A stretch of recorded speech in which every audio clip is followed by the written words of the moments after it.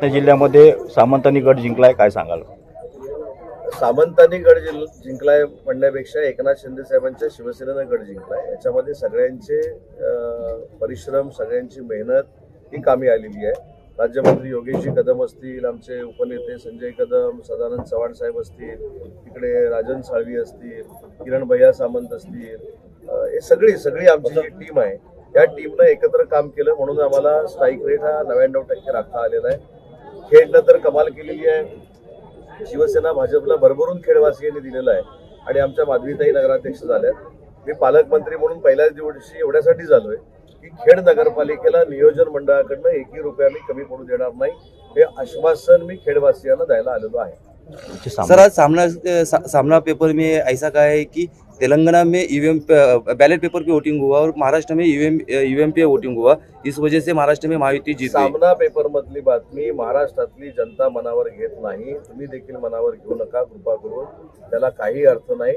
जर ईव्हीएम वर एवढा आक्षेप आहे तर केंद्रामध्ये सुरुवातीला राहुल गांधी साहेबांनी राजीनामा दिला पाहिजे, कारण ते ईव्हीएम वर निवडून आले आणि इकडे उरलेल्या शिवसेनेच्या युबीटीच्या सगळ्या आमदारांनी राजीनामे दिले पाहिजेत, खासदारांनी राजीनामे दिले पाहिजेत. ते सगळे निवडून आलेले ईव्हीएम वर चालतात आणि आम्ही निवडून आलेले ईव्हीएम वर चालत नाही. ही दुटप्पीपणाची भूमिका आहे, हा राजकीय बालिशपणा आहे. त्याच्यामुळे सामना तुम्ही मनावर घेऊ नका, महाराष्ट्र मनावर घेत. सर, आता ज्या नगरपालिका निवडणुकाच्या महाराष्ट्रात झाल्या त्यामध्ये महायुतीला प्रचंड यश मिळाले आहे. क्रमांक 2चा पक्ष शिवसेना झालेला आहे. तर आगामी मुंबई महानगरपालिकेची निवडणूक आहे, त्याची ही नांदी आहे. मुंबई महानगरपालिकेसह 29 महानगरपालिकेच्या ज्या निवडणुका आहेत त्याच्यामध्ये कुठच्याही परिस्थितीमध्ये माननीय शिवसेनेचे मुख्य नेते, आमचे मार्गदर्शक एकनाथ शिंदे साहेब आणि राज्याचे मुख्यमंत्री देवेंद्रजी फडणवीस साहेब आणि अजितदादांच्या नेतृत्वाखाली 29च्या 29 महानगरपालिकेवर महायुतीचा भगवा फडकणार आहे. आगामी जिल्हा परिषद पंचायत समिती निवडणुका महायुतीमुळे एकत्र लढणार की कसं काय? कारण का आमदार शेखर निकम म्हणतात की सोबळाचा नारा दिला त्यांनी. शेखर निकम साहेबांनी राष्ट्रवादीचा सोबळाचा नारा दिला आहे. हा राष्ट्रवादीचाही भूमिका झाली. आमची शिवसेना आणि भाजपची भूमिका या जिल्ह्यामध्ये प्रत्येक निवडणूक एकत्र लढण्याची आहे. जी आपल्याकडे आता लोट्यामध्ये जी कंपनी आहे, सोशल मीडियावरती वेगवेगळ्या चर्चा सुरू झालेल्या आहेत, नेमकं काय म्हणजे ते सांगतात की प्रोडक्शन सुरू आलंय आणि दुसऱ्या गोष्टी सोशल मीडियावर चर्चा केली, काय सांगा?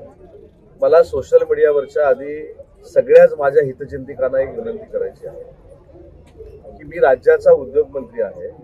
राज्याचा उद्योगमंत्री असताना त्या कंपनीची मी पूर्ण माहिती घेतलेली आहे आणि मी माहिती घेऊन स्पष्ट पद्धतीचं वक्तव्य देखील त्याच्यावर केलेलं आहे की कोकणच्या निसर्गाला डॅमेज करणारं प्रोडक्शन किंवा कोकणच्या जीवनावर परिणाम करणारं प्रोडक्शन जर एखादी इंडस्ट्री लोटे परशुराममध्ये नाही, कोकणाच्या कुठच्याही भागात जर निर्माण होणार असेल तर ती आम्ही व्हायला देणार नाही.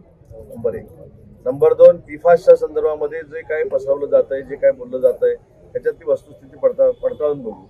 पण तिथे प्रोडक्शन जे सुरू आहे म्हणून सांगितलं जातं ते फ्लोरिनचं प्रोडक्शन सुरू आहे. 1% कमी प्रोडक्शन ट्रायल बेसिसवर ते त्याला क्युरो अल्काईन असं काहीतरी म्हणतात, आणि क्युरो अल्काईन असं काहीतरी म्हणतात त्या केमिकलला, ते त्यांनी बनवण्याचा प्रयत्न केला होता. त्याचं विघटन त्यांनी तळोजामध्ये केलेलं आहे. परंतु याचं बेसिक थॉट काय आमचा शासन म्हणून, तर लोकांच्या जीवनावर परिणाम करणारी एखादी कंपनी जर येत असेल किंवा निसर्गाची वाट लावणारी एखादी कंपनी जर येत असेल त्याला प्रतिबंध आपण करू. ही माझी भूमिका झाली, जिल्ह्याचा पालकमंत्री म्हणून भूमिका झाली. पण याच्यामध्ये केंद्रीय प्रदूषण मंडळाची देखील भूमिका विचारावी लागणार आहे. महाराष्ट्र पोल्युशन बोर्डानं 4 ऑक्टोबरला त्यांना नोटीस दिलेली आहे. त्यांच्याकडनं समाधानकारक किंवा असमाधानकारक उत्तर देखील अजून आलेलं नाही. त्याच्यामुळं कालच मला पर्यावरण विभागाचे जे सदस्य सचिव आहेत, आपले जे कलेक्टर होते MD सिंग, ते व्हिजिट त्या कंपनीला करतायत. त्याच्यामुळं कोकणावर परिणाम करणारा प्रकल्प कुठच्याही परिस्थितीमध्ये आम्ही होऊ देणार नाही. ही जी भूमिका इथल्या नागरिकांची आहे ती पूर्ण आम्ही पडताळणी करू, तपासणी करू आणि त्याच्यातनं घातक जर काय असेल तर ते बॅन करू.